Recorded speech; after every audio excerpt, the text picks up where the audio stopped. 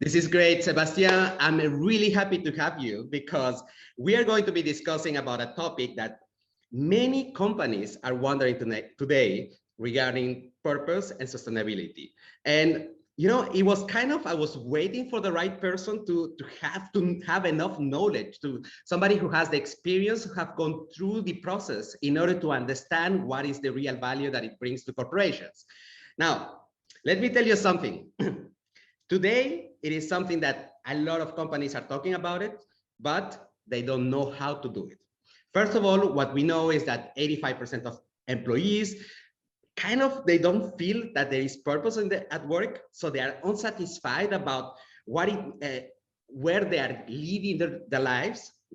And what we know is also that the new generation, so these guys that are coming to work, that are onboarding the generation Z, is mainly driven by the choice of work that is outside financial. So if you ask a Gen Z, what is going to make you choose one job versus another, he will tell you it's about the possibility to develop myself, the possibility to do something that is meaningful, the possibility to have a work-life balance. And if we think about our generation, it was more about financials, right? When we were choosing a job, we were choosing because there was the best pay and maybe we have the possibility to be in a reputable company. So today, most companies have a mission, but this mission is very often related to their business ambition, saying we want to achieve this amount of money, profitability, scale, and so on. But this is not really relatable to individuals, to people, to the employees. It's not inspiring enough. So, and what a lot of companies are trying to look for is the famous why. Simon Sinek has popularized the famous the understanding of the why we are doing certain things, and it has become really the talk of the day in corporations.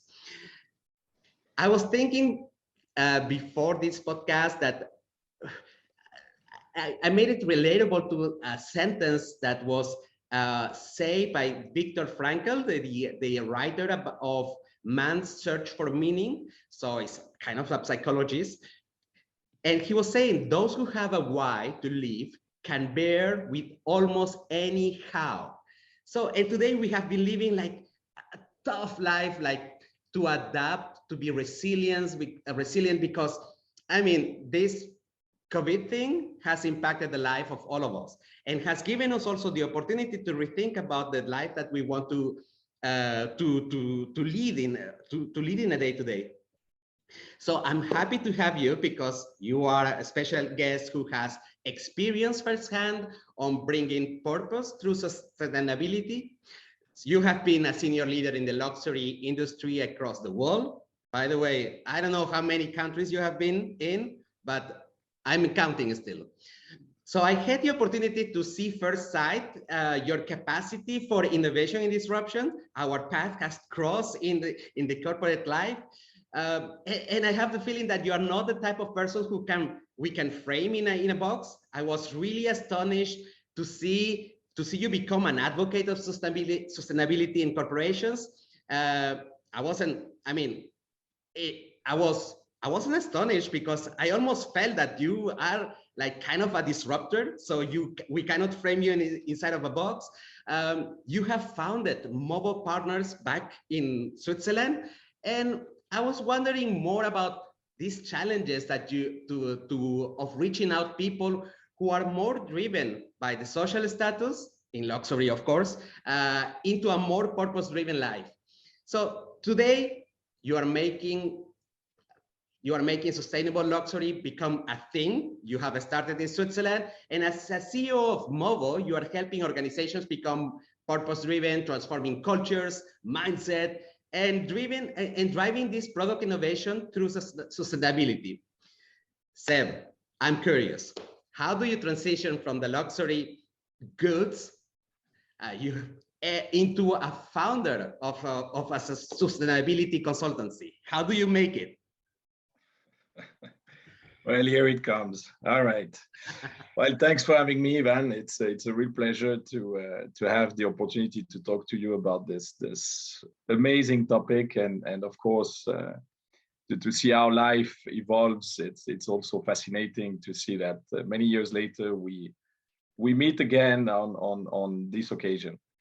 Um, well, I think somewhat you were mentioning that our generation was mostly driven by the job role, the position, the paycheck, and etc. But you and me, I think we're the best examples that it wasn't really true after all, since we have decided to take a new direction in our careers and personal and professional lives finally. So I guess this is also what has happened to me at a certain point. I felt the need of realigning myself with my inner values, and this feeling of alignment kind of pushed me to look for different answers. And this is when, well, I left my job as a vice president of a luxury Swiss watchmaker here in Switzerland, and I embarked on a journey of coaching. So I've done about 9 months of executive coaching to really understand what was important to me, what my values were, what sort of vision I had for my own future. And when you've spent about 20 years of your life in the corporate world, it's not easy to actually point out or identify really what matters to you. So this exercise was very valuable because it helped me understand that, in fact, sustainability at large and corporate societal responsibility was a very important topic to me. I've always been very close to environmental causes in my personal life, and a nature lover living in Switzerland. There is really nature all around. So this was always there, but I didn't really know how to make a living out of it. So when I find out with my coach that this was such an important aspect of my personal, of my life, I thought I needed to look for some education. I needed to get credibility in this field because I was new to it, and of course it's a very hot topic. It's very trendy, so I didn't want to suffer the imposter syndrome somewhat. So I started to look for education, and this is how I ended up looking for different universities that were offering sustainability as a bachelor, postgrad, or even a master.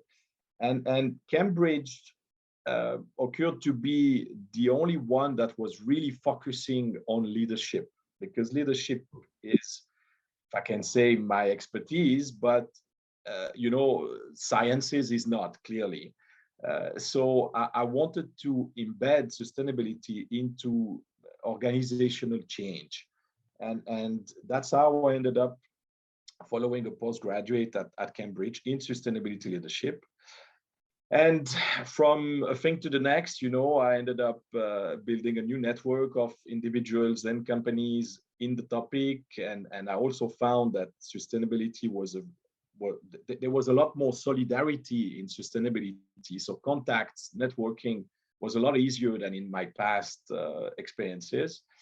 And that's how I ended up getting missions and talking with companies that were in needs of new solutions. And I sort of designed new solutions to accompany the organizations in the luxury field, but not only that are willing to transform themselves.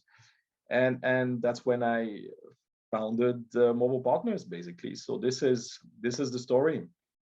Sebastien, well, something that has struck me, and it's kind of related to what we were discussing just before this podcast. It is that, so one, in this famous midlife crisis, which is a huge opportunity, in fact, to create, to develop our self-awareness.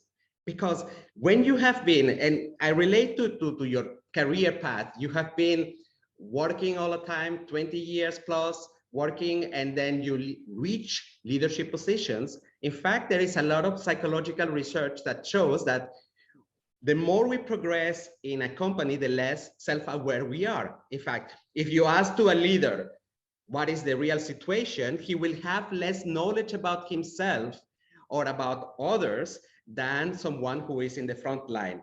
And yeah, this midlife crisis provides the opportunity to ask ourselves right questions in order to find something that is meaningful, that we want really to do, that is beyond the scope of the survival. Because when we are younger, we confuse, in fact, that how much do we need in order to be fulfilled, in order to be happy. And that, and then there is another research, by the way, there is even a university who has calculated what is the amount of money that you need in order to be happy. And after that, happiness is not correlated anymore to the amount of money that you have. So that is quite powerful. The other thing is that you have mentioned that maybe the context, Switzerland, a country that supports initiative of sustainability. In fact, when you tell people who have not been living in Switzerland about all the initiatives that there is in terms of recycling, in terms of preservation of the nature, they get astonished that there is so much regulation, because they want to preserve the nature. They want to make something that is sustainable and that we are not ashamed to give back to our children, right? And that gets kind of embedded in our nature, and we don't take it as more regulations. We take it as something more natural that has also a meaning. So that's quite powerful. The next topic that I wanted to touch, Seb, is that do we really understand? Is there any proof, in fact, that is the story about purpose and sustainability brings a competitive advantage at work? And it's quite important, in fact, to mention that, because coming back to the topic about what business leaders think about purpose, what we know is that 79% of business leaders believe that purpose is essential for the success of business. They believe that, but only 34% of the leadership decisions are guided by organizational purpose.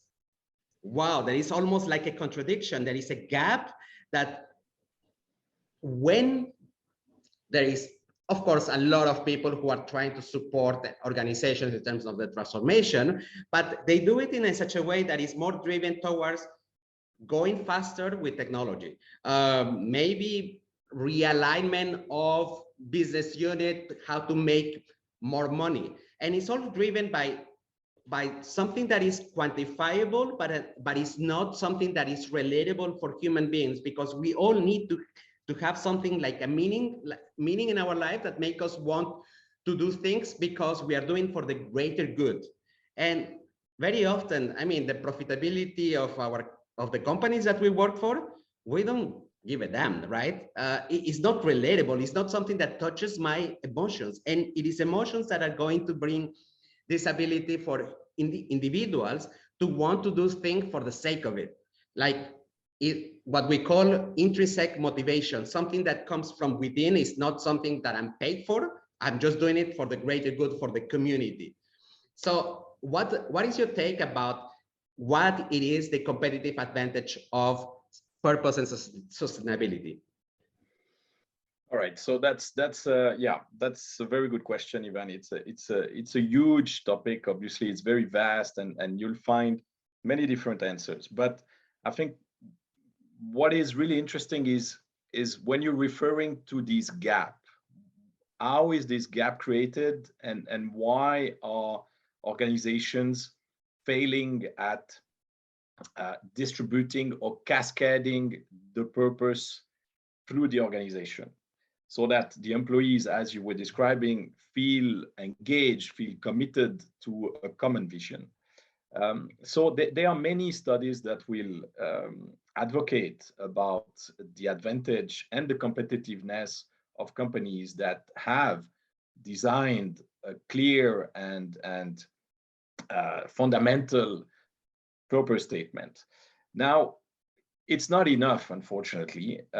It's not just designing a purpose and then thinking that it will stick through your organization and it will help you guiding your decisions on a day-to-day basis. If you look at famous purpose-driven organizations such as Patagonia, for instance, because obviously it's an example that we like to discuss about. Their purpose is, to save the planet Earth. So obviously one could argue that to save planet Earth is business the best answer. That could make for another talk between you and me. But definitely when you read that purpose, what you understand is this purpose is in the middle. It's the center, it's the core of their business model. It answers the questions that you were asking before about the why. This is their reason to exist. This is the reason why they are in business. And most companies fail to understand what is their reason for being in business. Are they even asking themselves, is the world a better place with us in business or not? And so when you have this purpose that is so strongly embedded in the core of your business model, what it provides to the organization is a North Star. It provides guidance. It provides a sense of direction. And often these discussions are happening at the very top. The boardroom designs a very beautiful purpose together with a consulting firm or whatever. But they kind of fail of engaging the whole backbone of the organization. After all, any organization is the sum of their people, right? And if that beautiful purpose sticks at the very top, but is not felt in the rest of the organization, more importantly, at the mid-management level, it will fail because people will not understand why the CEO and his team has design this purpose. So it has to be really something that provides this guidance, and it must be real. It can't be just a sentence somewhere. So this is probably one of the most overseen gap that there is between or within an organization. So what you're saying, in fact, that the root cause of this gap is mainly because of the lack of a system in order to convey the message to the full organization. And you were mentioning something that is quite critical. It is the fact that mid-management act like enhancers of the communication because they are the one transforming the vision into something that is more operational and that is then more relatable for individuals. So how can I contribute if I am in a finance department to a vision or if I'm in purchasing the department? But do you have the feeling that at least a good proportion of companies have this purpose-driven mission? I don't think it's a majority today. I think most corporates are still in what we can say an approach of business as usual. Because again, when you have your business as usual and then you start hearing about the importance of purpose or sustainability, as a matter of fact, you think like, oh, okay, I need to incorporate this into the recipe of my business. Yeah. But unfortunately, if you don't really take the time or the right amount of thinking behind, your behavior or what you would like to change or the vision that you would like to create for your organization in the future, you will miss important steps that are to establish a clear set of values that then illustrates a purpose that then makes a vision for the whole organization. And you can see in some studies, it's very clearly mentioned that the boardroom, again, would feel very engaged with the purpose, genuinely, because that's something they really would like to do. But then the percentage of commitment, the lower you get into the organization, the lower it becomes, So there is something that doesn't stick there. So what is it? It's this, again, this feeling of belonging, the feeling of employees or organization needs more than just words. They need action. They need public declarations. They need to see that being symbolized by commercial decisions. These are the things that will then make feel like, okay, now we are really committed to something bigger than us, and the greater good, right? It's quite powerful what you say, because so what you're saying is, what I understood is, in fact, that it's not enough to just to have it, to have a statement of commitment towards sustainability, but it is about repetition, because in everything you do, in every communication, there should be reinforcement of the message, because if you don't hear it enough, but people are going to be disengaged. And it's almost like it makes an organization stand behind a common enemy or a common goal. And that makes, when you feel that you are working together with an organization that is your family, because it becomes a family when in fact you have a purpose that it goes beyond just financials, right? Then you feel like we have a connection. It's a little bit like the connection that you and me we have, because we are thinking about stuff that are common to us. How do we make great cultures at work? How do we make people go to work and enjoy what they do? And that's something that connects, that makes a tribe. I love what you say. So this is the moment that maybe we can, before we move on, I just wanted to clarify, because sometimes the definition of sustainability is not clear all over. So you ask one guy, he will tell you, as an example, recycling batteries. You ask another one, say counting the number of printing papers that we have in the organization. For me, it looked like tactics. It doesn't look like we are covering what the full scope of sustainability. What do you embed inside of sustainability, Seb? Yeah, that's a good question. And that's true that you find many definitions out there about what sustainability should mean. But to me, and this is only my opinion, but to me, there is one definition that really resonates.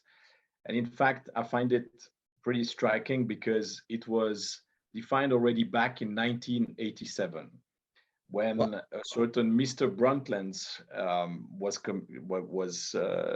publishing a report for the United Nations. He was the former Norwegian Prime Minister, and he had a role as a chair of the World Commission on Environment and Development. So as I said, this was already back in 1987, and this is what he said. I'm quoting. He said, "Development which meets the needs of the present without compromising the ability of future generations to meet their own needs." So, when you read this, you understand that sustainability is almost a moral must. It's like when this definition already provides some sort of guidance, right? It's already a North Star in such. If you were imagining yourself as the CEO of a large corporate and you have a decision to make, what if you were asking that question to yourself before making that decision? Most of the time you will know the answer. Deep inside, you would know the answer. What am I doing here? Is it going to have an impact, a negative impact, on the future of society, on the future of humanity? So when you have this sort of decision to make, if you understand sustainability this way, I think it makes it very clear for you to take a decision. So yeah, for me, this is what it means. It means that whatever we do today should not have a negative impact on tomorrow, rather a positive one, in fact, or at least neutral if we can't have a positive impact yet, but certainly not a negative impact. It is almost like a guiding principle from where you can derive all of the actions and operational strategies that you can do in your organization. You're right. Why do we have to limit it to what we know today? because we can face a situation that it can be as simple as, okay, I'm going to cheat a little bit in my financials, or I'm going to don't care about the representation of certain genders, certain religions, certain type of minorities, or sometimes it's majorities. So the good representation, the good equity of the voice of people in an organization could be considered as a sustainable step. So you don't need to have like a full, like a, I don't know, like the constitution with all of the laws. You need to just have one single guiding principle that will make the trick. And if you relate it to yourself, then you have the answers to all, right? Lovely. You do, you do, Yeah. you do, because most of the time, you know, deep inside if something is right or not, right? I mean, human being is you know, psychologically, there are also studies that showing that human being is just good in nature. What the sort of uh, yeah, the sort of perversion comes later when you start making wrong choices or bad trade-offs, you know, and when you start compromising, basically. When you look again at a company like Patagonia, they don't compromise. If a certain material or a certain strategy does not fit that purpose, they would not go for it. Hmm. They would choose not. There is something that is quite powerful in terms of making cultures, that working cultures that are thriving in the sense that people are happy to be going to work, and they are not just nagging on a Monday morning about, oh, I have to go there again to do something that I hate. So, and there are three things that are quite important. The one that the possibility to decide how to do your job, not somebody who's telling you with 10 million different rules, or yeah, or different papers, what you are allowed or not. Is just having the principles like the guiding star, and then you decide how to make it happen. That works amazingly good. I was reading the case of Netflix. In fact, these guys, they have removed all papers with regulations, even for travel expenses, like saying principles like make what makes sense for the company, instead of telling you you are allowed to spend maximum $100 per person every single day. So you are thinking, you're putting the responsibility for on people, and then they feel more engaged in the organization. So knowing how to do things by myself, that's something that is quite important. Mastering, that means having a job that is slightly challenging every time, that I'm not repeating the stuff all the time. Mastering your job, a little bit like a sushi master who will do every time something the same but slightly better every time. And the third point is about the sense of purpose, that you are really doing things not for the benefit of shareholders only, but for the greater good of community. But for that, you need to have a big statement that says that I understand that it's relatable, right? Of course. And you need the support from your leadership as well, you know. When you're talking about shareholders, they must be engaged behind that purpose as well. If each time it's an argument whether this should happen or not, you know, what you're referring to empowerment, which is obviously very important. But to feel empowered, you must feel supported as well. So if the organization is fully aligned on one strategy, then you stick to it, you know, and then you feel more at ease to take these sort of decisions on a daily basis, on a more maybe autonomous way as well. You were taking the example of Netflix. I think it is a good example, obviously, and yeah, for employees to feel like they're doing the right thing, again, they must see, they must be led by example, you know, and it must be real. So if they see that on their day-to-day job, then they'll feel extra motivated about it, and they'll Yeah, become your first ambassadors for sure. exactly. I love that. Hey, but of course, I mean, you mentioned that that sustainability and help us to drive our moral compass. But I think that is not only that. I think that many organizations have understood that beyond the moral compass, there is one, financial benefits, there is improvements that can be spread across the organization, productivity. There is many other benefits. So because, I mean, at the end, in your case, or even in our case, I don't believe that companies take only decision because of the morality or the ethicality of what they do. They take it also because there needs to be a financial reward. If you move your strategy towards sustainability, there needs to be something that is appealing also for these shareholders who want value. So Sure. what is your perspective on that? What can we expect as benefits for employees, customers, and in terms of the real thing, money? Sure. Well, see, I mean, sustainability doesn't mean no profit. This is something sometimes people think that, okay, we must be sustainable, so we stop profit and etc. This is not how it works. Under sustainability, under the umbrella of sustainability, you have three main pillars, which are, people, planet, and profit. Now it's a way of doing business differently, and believe me, I mean, again, if you look at organizations that are doing the right thing, or at least seem to be doing the right thing, they seem to be very successful, isn't it? If you look at Unilever, again, a sustainable champion. If you look at Patagonia, we named it before, and other examples, they are profitable organizations. It's just that they do things differently. And when you look at that, the values that, I love to say that from values, you create value.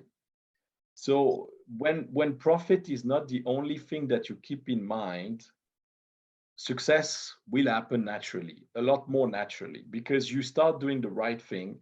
And again, if it's genuine, you were mentioning that maybe they're not fully guided by morality or ethics or, whatever. If they're not, it won't work as well as if they were, because today with the scrutiny there is about corporate, they are increasingly under the spotlight.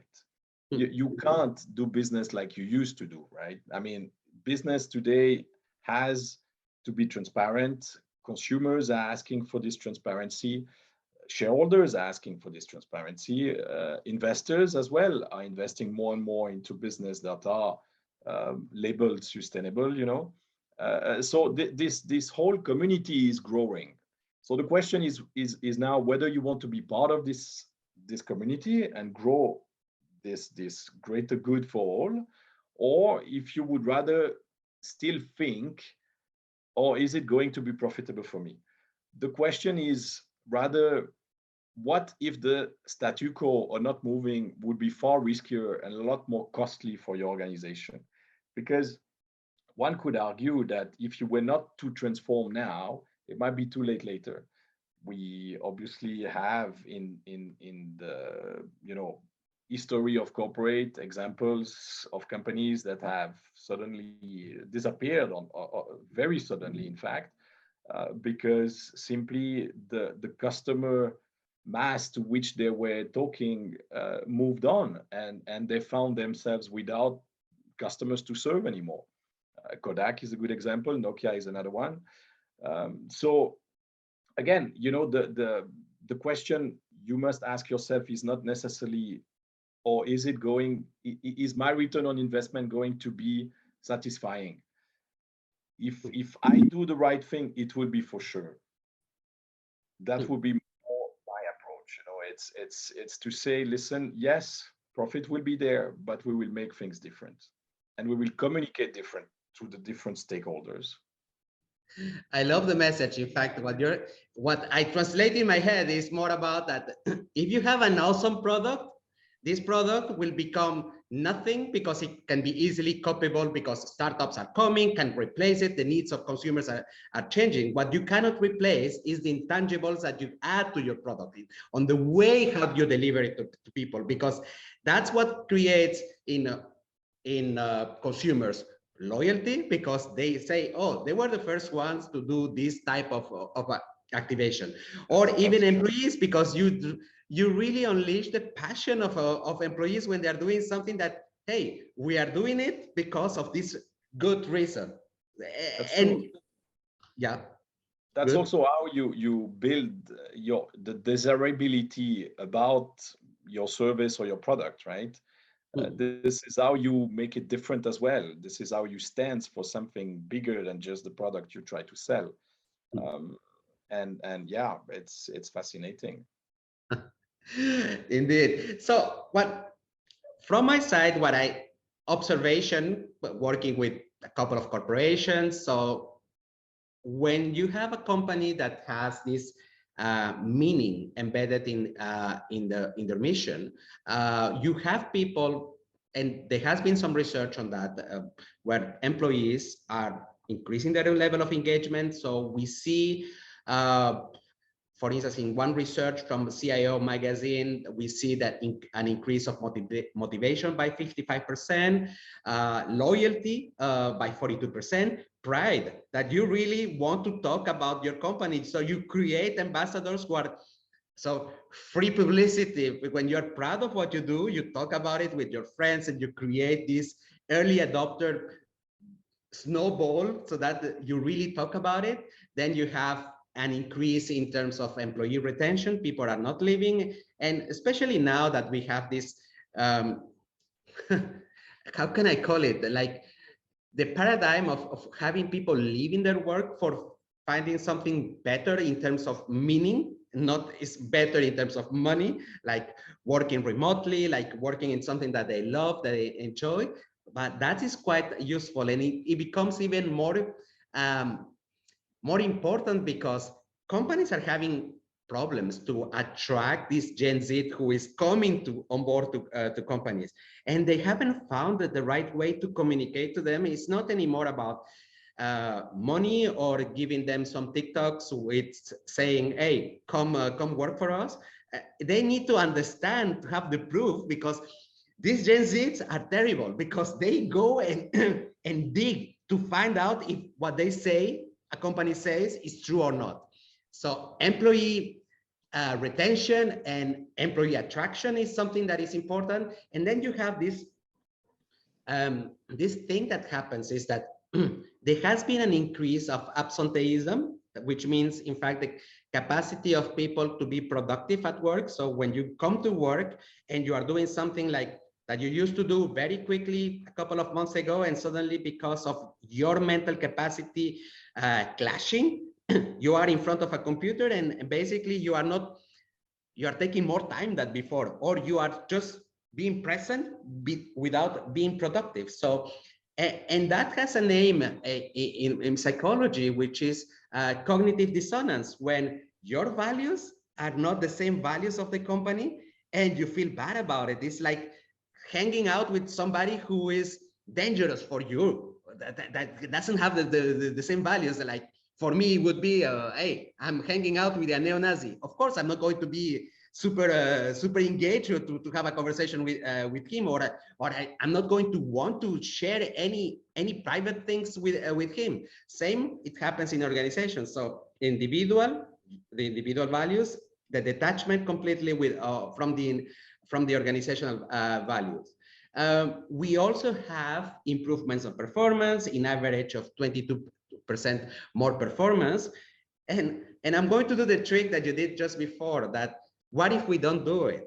Is that we have a higher number of people who are burning out. So the belief is that you get burnout because you work a lot. No ways.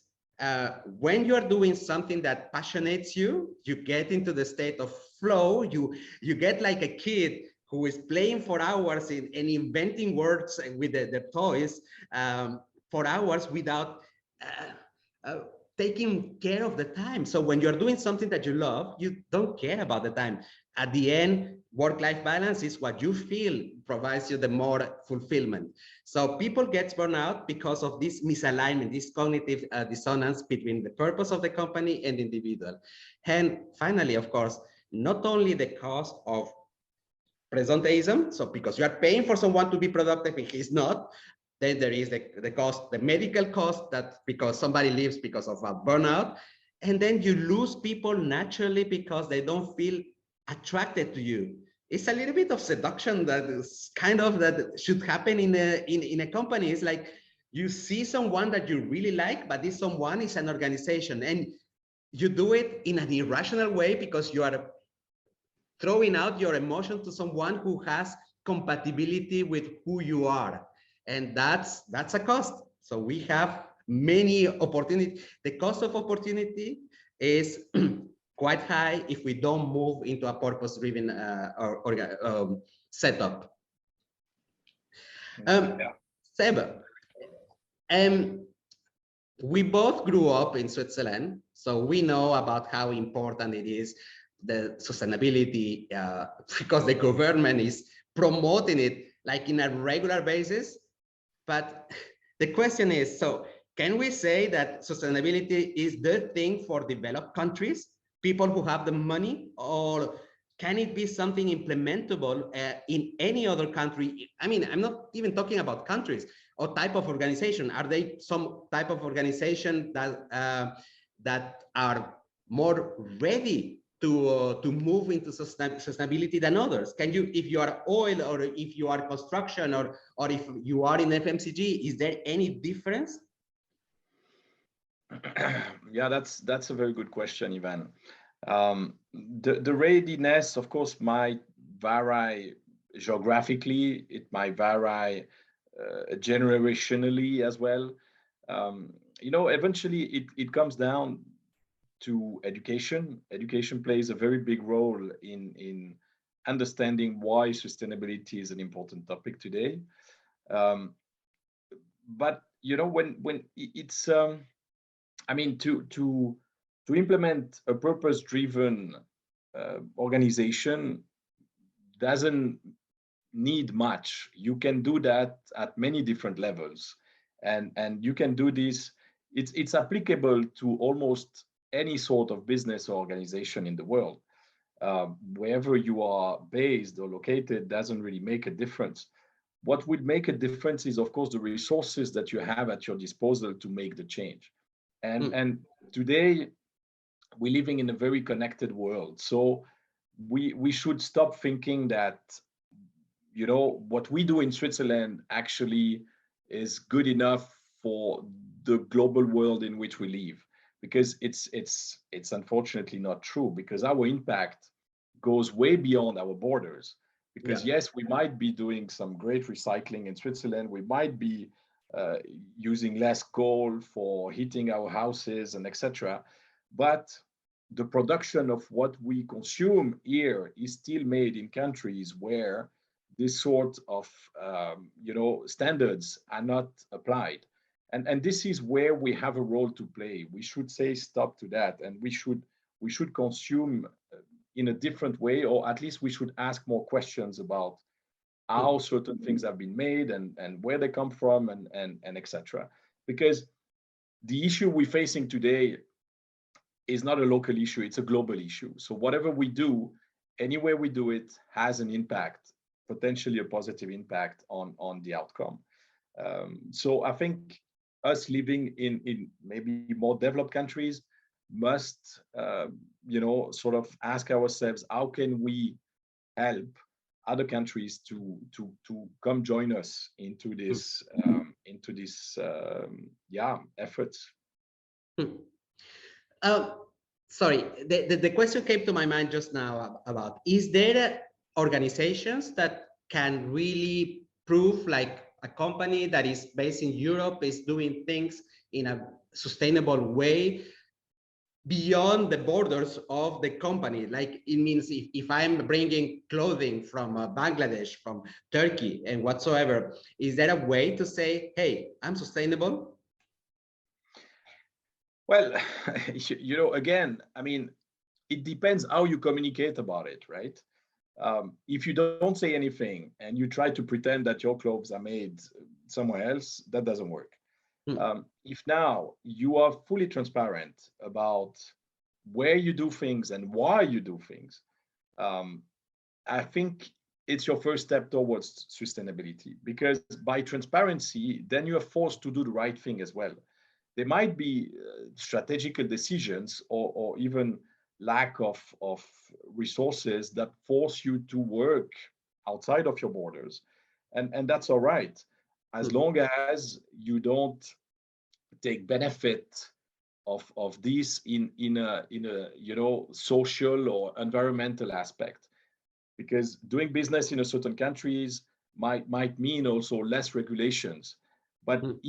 if your headquarters is in Switzerland, you should apply the same rules to the business you conduct elsewhere, and socially, what is your impact in the community where you're doing things, where you're sourcing maybe some raw materials. So I think the first step is to be transparent about it. Once you are transparent about it, you are committed to try to do your best and not have some misconducts that are related to human rights or environmental degradations. Yeah. So uh, for me, it's almost like if there is something common about across humanity is that we all want to survive. And because it's the most basic need that we have. That's why we stress when there is a sign that is something different going on in our surroundings. We become a little bit uh, we develop these signals for fear, and that is common across any culture, in fact. So if we engage, and you said it quite well, into educating people, into creating awareness about the dangers for as an individual and for humanity, I think it is possible across any country to develop this sense of sustainability at different scales and at different, maybe, how do you call it, investments. So because in order to create a mindset for sustainability, we have it already biologically inside of us. It's just about creating this awareness. What is danger for us and for our and for the future? That's something that we need to consider. The second thing is that for these cross-generational stories is that we have something in our brain that is called neuroplasticity. That means that at any age, we are capable of embedding new knowledge, new understandings of things. And that's why we change. Like, yes, we were maybe 20 years ago working for the same company back then, but today we have completely different path, and we have changed it because we have this ability to learn, understand better what we are in change. And everybody, as long as you are not treating someone like, hey, you cannot learn, we always think that we can do the best we can within our capacity, and we can learn increase our capacity little by little. So this neuroplasticity is quite powerful to say, even, I mean, at any age, you can change and you can learn new things. And one of the good things is that you can learn to know yourself and then have a sustainable way of living, because it's not a class. I don't believe that companies should bring a trainer to train sustainability, to explain sustainability. It's just a mindset, a way of living, nothing else. Yeah, no, sure. Though training are still important, you need to train people around the goal you would like to achieve, right? You were saying before that repetition is very important. For a change to stick, it must be repeated and understood. So clearly training sustainable angels within an organization, all that contributes to make that change sticking for the longer term. These sustainable angels, do you feel like in an organization, do you need to have these new roles that are popping up, like a chief purpose officer, a chief sustainability officer? Do you need that? And then what's really the role of human resources in today's world? Do you need to have these big roles in the organization in order to start? I think you do, yes. First, because you've heard of purpose washing, you heard of greenwashing, you heard of all these negative terms. You need someone that has the interest of the purpose or of the sustainability within an organization. You need someone that looks after this interest. And today, sustainability becomes very transversal. It's not only about marketing in certain organization or about finance in others. It's really, across the whole organization. In fact, when you discuss, topics like diversity and inclusion, for instance, today they would fall under the chief sustainability officer, in my opinion, because they take part of that social aspect that the company is trying to put in place. So that chief sustainability officer in the future might even become somewhat the CEO of an organization, because if you put the why in the center of your actions again and at the core of your business model, then you are the guardian of this purpose, right? And again, we discussed earlier that sustainability and purpose is a matter that is often discussed at the top level of an organization, because the change we're looking for is a change of leadership. And for that change of leadership to happen, it has to start from the top. This time, it's not a bottom to top, it's a top bottom sort of things. And to engage your whole organization behind that purpose that an organization has designed, you need someone who leads these behaviors. I'm thinking about that in many of transformations that companies have embarked on. One of the reasons for failure is the fact that the role modeling, this top to bottom approach, is not working. That means that the behaviors displayed by leadership team are not the ones that we want to mime. And we have something that is quite natural in human beings, that it is like using our mirror neurons. So to mime, to reflect on, if somebody is doing this, I will be doing that. But if I don't, yes, if I see that he's saying something else, then this is where I don't feel correct, and then I'm going to be completely disengaged. So the role of seniority to mime these good behaviors, it is key. So Seb, I have to tell you, I wasn't a good believer of the story of having a specific role, but now the way you explain it, and the reason why, because of the role modeling in seniority, it is important to have a role. Whatever it is, maybe it's a role, as you said, something that goes into evolution. It can start with somebody accountable in human resources, that then it evolves in D&I, and then it evolves into sustainability. It can be something where the more you are progressing with actions, it can be a role that in 2 years is called just human resources with purpose, and then it becomes something else. And the more scope you get until it becomes part of the guy who is whispering the good things to be implemented to the CEO, right? Yes. See, you've heard of ESG, right? Which is a term very often used in sustainability, which stands for environmental, social, and governance. Yeah. Governance plays a very important role in this change, in this transformation we're trying to achieve here. And without the leaders we deserve for this change, it's very unlikely that we will manage this change. So you need a very inspirational role and leaders in these positions to lead these changes and to lead this organization to achieve it. Exactly. So this position, whatever it is called, needs to have not only the actions that needs to be done, but also like identifying the financial returns of these actions, right? It is not about just having someone to create beautiful PowerPoints that are distributed across the organization. It needs to have the power also to convince general managers, business unit managers into taking the Yes. action and making them contribute, co-create this roadmap of actions that are going to change the organization. Sure. Mm. See, I'll give you an example. Chanel, the luxury brand, as interestingly enough, their change as was born within the financial department. The CFO has led the change.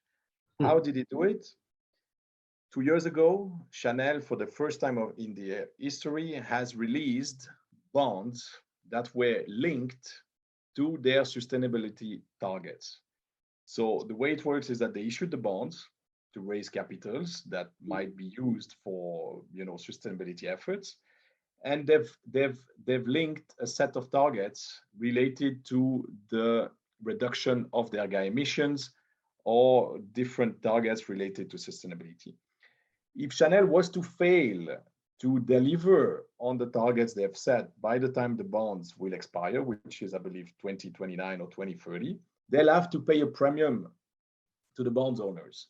So, I find this so inspirational, because what better commitment an organization can make but to link their sustainability targets to finance, because if they were to fail, it will hurt them financially.